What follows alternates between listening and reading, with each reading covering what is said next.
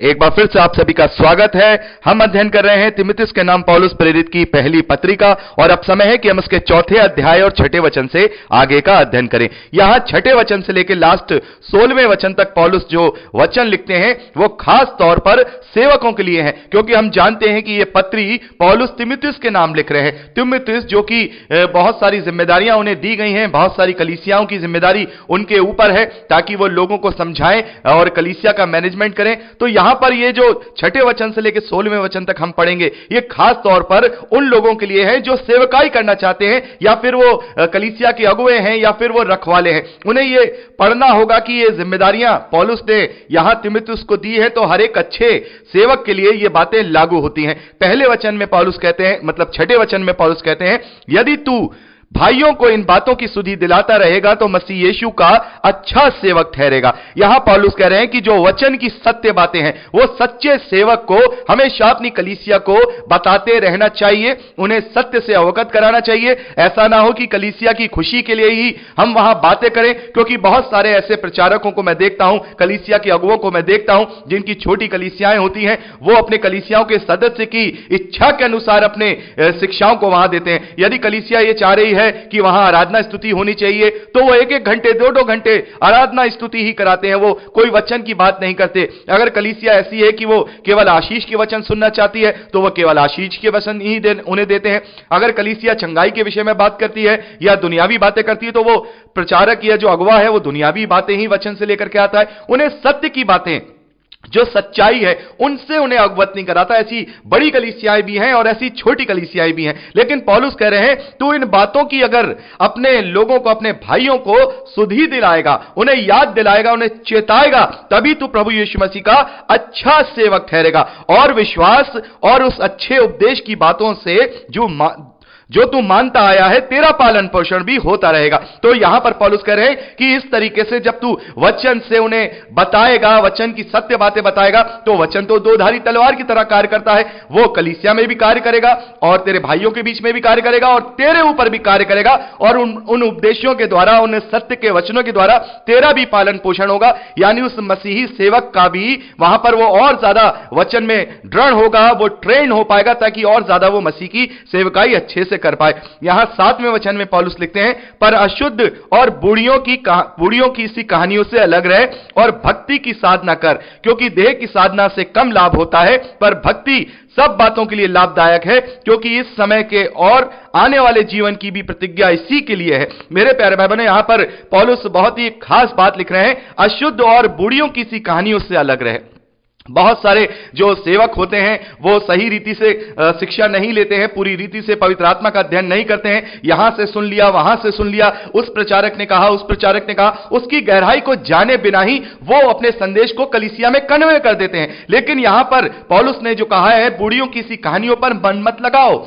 बहुत सारी ऐसी बातें हैं जो दुनियावी बातें लोग प्रचार में करते हैं, दुनियावी तरीके से प्रचार करते हैं। उनका स्टाइल, उनकी बातों को देख के वो लोग कॉपी करते हैं कि अरे ये प्रचारक बड़े हैं, इन्होंने जो कहा है वो सही होगा। लेकिन जरूरी नहीं है कि कोई बहुत बड़ा प्रचारक है जिसकी कलीसिया में लाखों की भीड़ है या जिसकी सभा में हजारों की भीड़ है, वो सही बात कह रहा है। सही बात वही होती है जो वचन के द्वारा होती है, जो वचन के द्वारा सिद्ध होती है। तो ऐसा नहीं है कि हम जो सेवक हैं या जो सेवकाई करने वाले हैं या जो अगुवे हैं, इधर से सुना उधर से सुना और वो कलीसिया में कन्वे कर दिया। यहां पौलुस कह रहे हैं अशुद्ध बातों से अपने आप को बचाए रखो, और जो ऐसी कहानियां हैं जो वचन के खिलाफ हैं, जो मन गढ़ंत हैं, जो बुढ़ियों की सी कहानी क्या होती है, बुढ़ियों की सी कहानी जो दादी नानी लोग सुनाते हैं बच्चों को, मन गढ़ंत कहानियां, ये वो यही बातें कुछ प्रचारक आजकल मन गढ़ंत बातों को भी लेकर के आ रहे हैं। कुछ ऐसे रिविलेशन वो लेकर के आते हैं, किसी चीज को वो किसी चीज से जोड़ देते हैं, किसी चीज को वो किसी चीज से जोड़ देते हैं। और बहुत सारे जो प्रचारक हैं जिन्होंने वचन का अच्छे से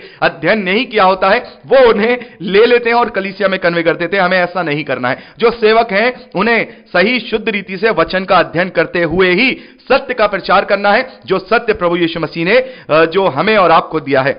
आगे पौलुस लिखते हैं कि भक्ति की साधना कर। यहां जो साधना का शब्द है, यहां जो 7वें और 8वें वचन में हम साधना का शब्द देखते हैं, तो इंग्लिश की बाइबल में उसे एक्सरसाइज कहा गया है, अभ्यास जिसे कहते हैं। तो पौलुस यहां कह रहे हैं कि शरीर की जो एक्सरसाइज है वो बहुत कम लाभ देती है, लेकिन तू आत्मिक एक्सरसाइज कर। आत्मिक एक्सरसाइज क्या होगी? वचन को पढ़ने से होगी, वचन को समझने से होगी, प्रार्थनाओं में लगे रहने से होगी, वचन को बांटने से होगी, वचन की धुन बनाए रखने से होगी। तो शारीरिक एक्सरसाइज से कुछ लाभ तो हो सकता है, वो इस नाशवान शरीर को लाभ पहुंचा देगा, क्योंकि कुछ दिनों के लिए हम सेहतमंद रहेंगे, लेकिन ये फिर भी नाशवान है, चाहे कुछ भी कर लें इसका अंत होना ही है। तो पौलुस यहां कह रहे हैं कि भक्ति की एक्सरसाइज कर, भक्ति की एक्सरसाइज कर, आत्मिक एक्सरसाइज कर। और देह की साधना से कुछ कम लाभ होता है, लेकिन भक्ति की बातों से बहुत ज्यादा लाभ होता है। पर यहां पौलुस कहते हैं पर भक्ति सब बातों के लिए लाभदायक है, क्योंकि इस समय के और आने वाले जीवन की प्रतिज्ञा इसी के लिए है। पौलुस कह रहे हैं कि जब हम आत्मिक रूप से अपने आप को प्रबल करेंगे, दृढ़ करेंगे, और ये मसीही विश्वासियों के लिए भी लागू होती है बात कि यदि हम अपने आप को आत्मिकता में प्रबल करेंगे, आत्मिकता में बढ़ाएंगे, तो ये जो हमारी ये दुनिया है इसके लिए भी हमारे लिए लाभदायक होगी। और वो प्रतिज्ञा जिसके लिए हम जी रहे हैं, जिस आशा के लिए हम जी रहे हैं, उसके लिए भी लाभदायक ठहरेगी। 9वें वचन में पौलुस कह रहे हैं ये बात सच और हर प्रकार से मानने योग्य है, क्योंकि हम परिश्रम और यत्न इसलिए करते हैं कि हमारी आशा उस जीवते परमेश्वर पर है जो सब मनुष्यों का और निज करके विश्वासियों का उद्धार करता है। तो हमें उसी प्रतिज्ञा के अनुसार अपने जीवन में कार्य करना है। शारीरिक बातों में या सांसारिक बातों में ज्यादा नहीं उलझना है। और जो मसीही विश्वासी, जो सेवक हैं, जो लोगों को सांसारिक और चंगाइयों में और इसमें फंसाते हैं, उन्हें यह बात अपनी कलीसिया में कन्वे करनी होगी और खुद भी उसको अपने आप को मानना होगा कि नहीं, हम जो ये जीवन जी रहे हैं ये असली जीवन नहीं जी रहे हैं, बल्कि हम उस प्रतिज्ञा के लिए जी रहे हैं। यदि ये प्रतिज्ञा बार बार हम अपनी कलीसिया में या अपने भाइयों के बीच में, लोगों के बीच में ये प्रचार करेंगे, तो वो जागृत होंगे और ज्यादा से ज्यादा अपने आप का इनकार करेंगे, अपनी शारीरिक अभिलाषाओं का इनकार करेंगे, शारीरिक लालसाओं का इनकार करेंगे, और वो लोग सत्य रीति से अपने अपने शरीरों को परमेश्वर को चढ़ाएंगे और अपनी आत्मिक सेवा पूरी करेंगे। तो यहां पर पौलुस बहुत ही अच्छे से तीमुथियुस को इस बात को लिख रहे हैं, क्योंकि बहुत बड़ी जिम्मेदारी तीमुथियुस को यहां पौलुस सौंप रहे हैं। 11वें वचन में खास तौर पर देखिए, यहां पर पौलुस लिखते हैं इन बातों की आज्ञा दे और सिखाता रहे, इन बातों की आज्ञा दे और सिखाता रहे, हमेशा वचन से सिखाता रहे, लोगों को बढ़ाता रहे, चेताता रहे।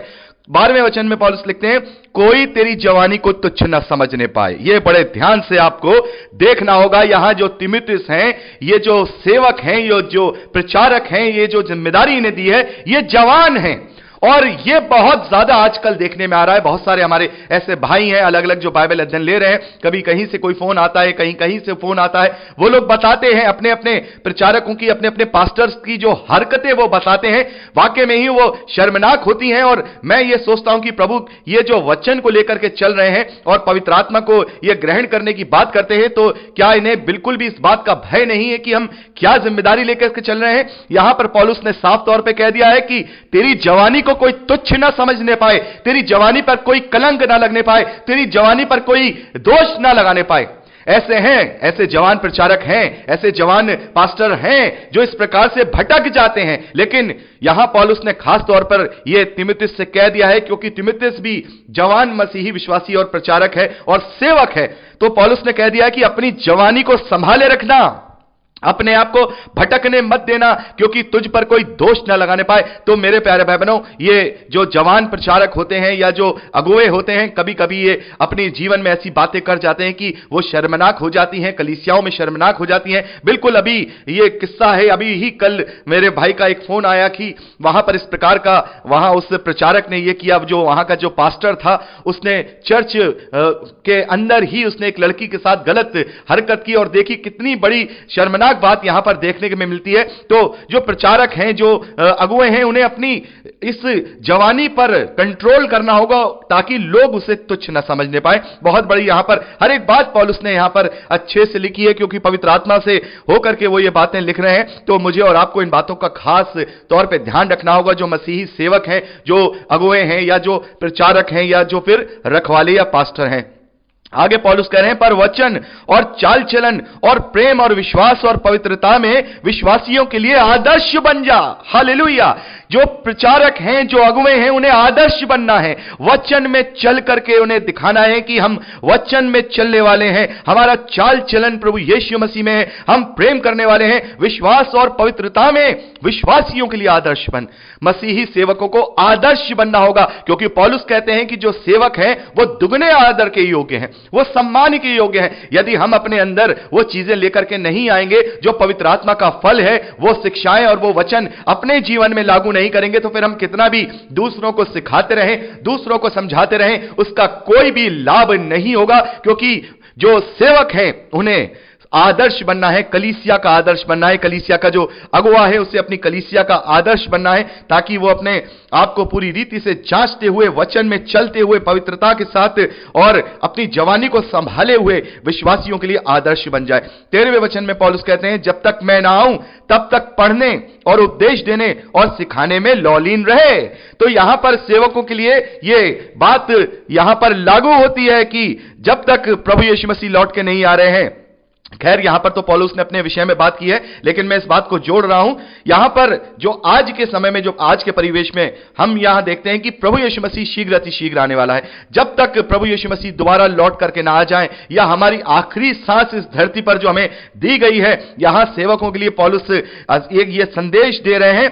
पौलुस कह रहे हैं कि पढ़ने और उपदेश देने और सिखाने में लौलीन है। पढ़ने में ऐसा नहीं है कि हमने जाकर के कॉलेज में 2 साल की वहां पर बीटीएच कर लिया, कि हमने वहां पर ये डिग्री ले ली, कि हमने वहां पर वो ले लिया, अब हमें बाइबल की अध्ययन की जरूरत नहीं है, हम तो बहुत ज्यादा विद्वान हो गए हैं, बाइबल पढ़ने की हमें जरूरत नहीं है। नहीं, लगातार सेवकों को स्टडी करना चाहिए, स्टडी करना चाहिए। नई नई बातों की रिवीलेशन पवित्र आत्मा देता है, उन्हें पढ़ते रहना चाहिए। यहां पर पौलुस साफ तौर पर कह रहे हैं कि जब तक मैं नहीं आ रहा हूं, जब तक पढ़ते रहो, उपदेश देने में लगे रहो, सिखाने में लौलीन रहो, और उस वरदान के प्रति जो तुझ में है और भविष्यवाणी के द्वारा प्राचीनों के हाथ रखते समय तुझे मिला था, निश्चिंत मत रहे।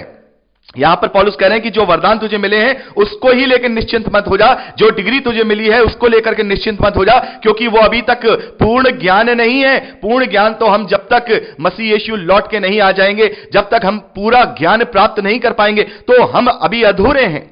जो सेवक हैं उन्हें लगातार पढ़ते रहना चाहिए, लगातार स्टडी करते रहना चाहिए, ताकि कलीसिया को सत्य बातें वो समझा पाए, और जो वचन वो पढ़ेंगे वो उनके लिए भी लागू होगा, और जो वचन वो कलीसिया में बांटेंगे उनके भी आत्मिक उन्नति के लिए जो है वो वहां पर लागू होगा। पौलुस आगे लिख रहे हैं कि जो वरदान तुझे मिला है उसमें ही तू निश्चिंत मत रहे।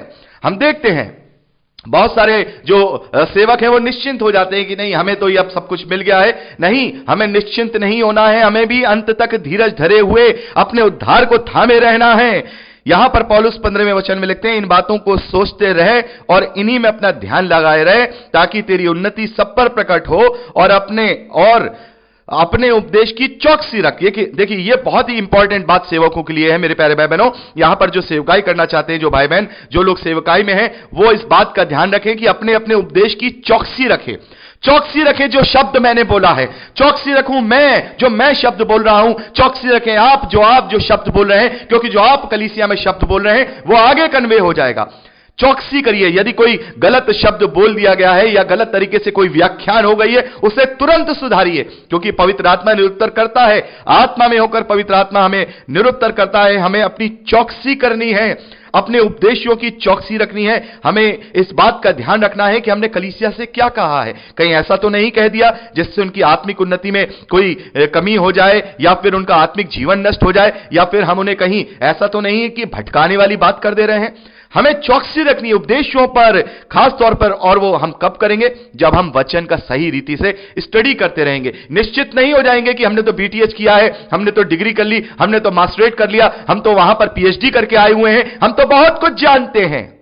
निश्चित मत रहिए, बल्कि उस समय में भी जब आप बहुत कुछ जानते हैं, तब भी हो सकता है कि मानवीय बुद्धि के अनुसार आपके मन में कोई शब्द आ जाए और वो ऐसे बोल दे आप जो परमेश्वर के विरोध में हो जाए। तो ऐसे उपदेशों की चौकसी करो। जब भी कुछ भी बोलो ध्यान से और बिल्कुल पवित्र आत्मा में होकर के बोलो, प्रार्थना के साथ, और परमेश्वर की सहभागिता को मांग के, पवित्र आत्मा की सहभागिता को मांग करके उस उपदेश को देना है, ताकि हम अपने मुंह के शब्दों की चौकसी कर पाए, उन शब्दों की चौकसी कर पाए। तो ये खास तौर पर पौलुस ने जो मसीही विश्वासी सेवक हैं, जिन्हें प्रभु ने सेवकाई के लिए बुलाहट दी है, उनके लिए यहां ये पूरा 6 वचन से लेकर 16वें वचन तक बात पौलुस ने की है। और जो लोग सेवकाई करना चाहते हैं, इन बातों को अपने जीवन में जरूर उतारें।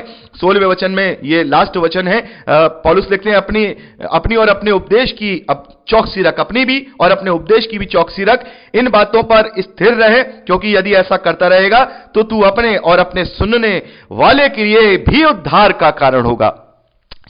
तू अपने लिए भी उद्धार का कारण बनेगा, और जिनको तू सुना रहा है, तेरे सुनने वाले हैं, उनके लिए भी तू उद्धार का कारण बनेगा। इसलिए बहुत बड़ा रोल होता है एक मसीही प्रचारक का, बहुत बड़ा रोल होता है मसीही अगुवे का, बहुत बड़ा रोल होता है मसीही पास्टर का।